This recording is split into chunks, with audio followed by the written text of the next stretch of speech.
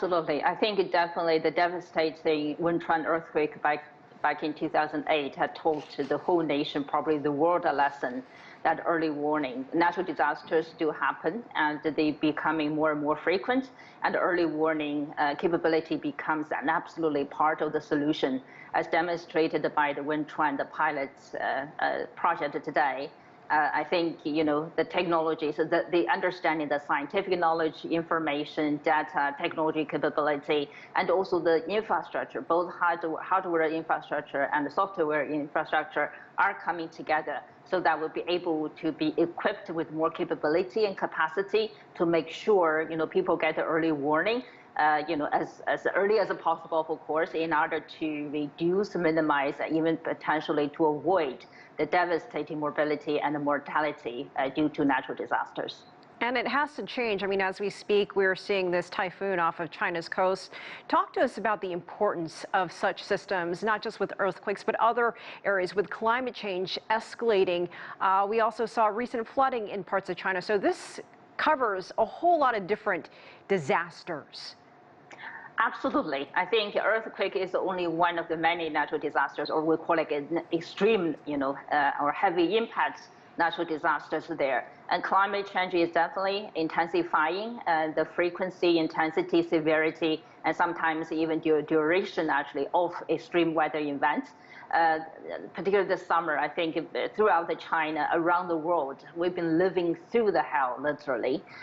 So back to the early warning becomes so critical. If we could actually capture the warning, the danger as early as possible, and send out the signals and make sure communicate to people so that we'll be able to avoid or minimize or reduce the impact. That's very, very significant.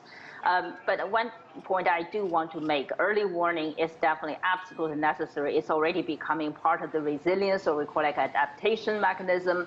But fundamentally, we do need to address the carbon emissions and address the fundamental cause, actually, of climate change issues. Even though, of course, today, if we even stop emissions today, climate change will continue to happen tomorrow. But midterm, longer term, that's the fundamental way to do. Of course, in the meantime, as I said, we're already living in climate change, living through more and more natural disasters. So early warning, preparedness, and even emergency response become absolutely part of the solutions or adaptations, so that in order to reduce and avoid the negative impacts. And just to add to that, I mean, this is no doubt very expensive, the cost involved in building, maintaining these early warning systems, but compare that to the actual monetary cost and the human cost of these natural disasters.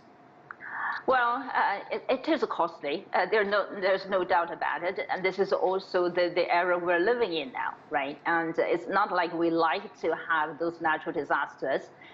We just need that in order to enhance our resilience, to survive, right? To reduce or minimize the losses or cost to life and to assets and the ecosystems there. So this is a cost we all have to bear. Both the public, private sector, as well as individuals there. And so now we're talking about maybe one particular region in China. Now when Wenchuan is getting the system together, it costs a huge, it's a pilot system. And the pilot proves, it works, right? The system, the technology, everything would be able to come together to function as much as we have designed them to. But in order to scale them, that's going to require tremendous amount of financial resources, actually, and also expertise, capability, human talents to manage, not only design them, but also to manage them. And so this is going to be part of, getting increasing big part, actually, of the government probably budget finance, actually, every year. At the national level, at the local level, and maybe also, mobilizing resources, financial resources, or investment from private sector there as well. So as I said, unfortunately, this is already becoming part of the new normal. We have to bear the costs.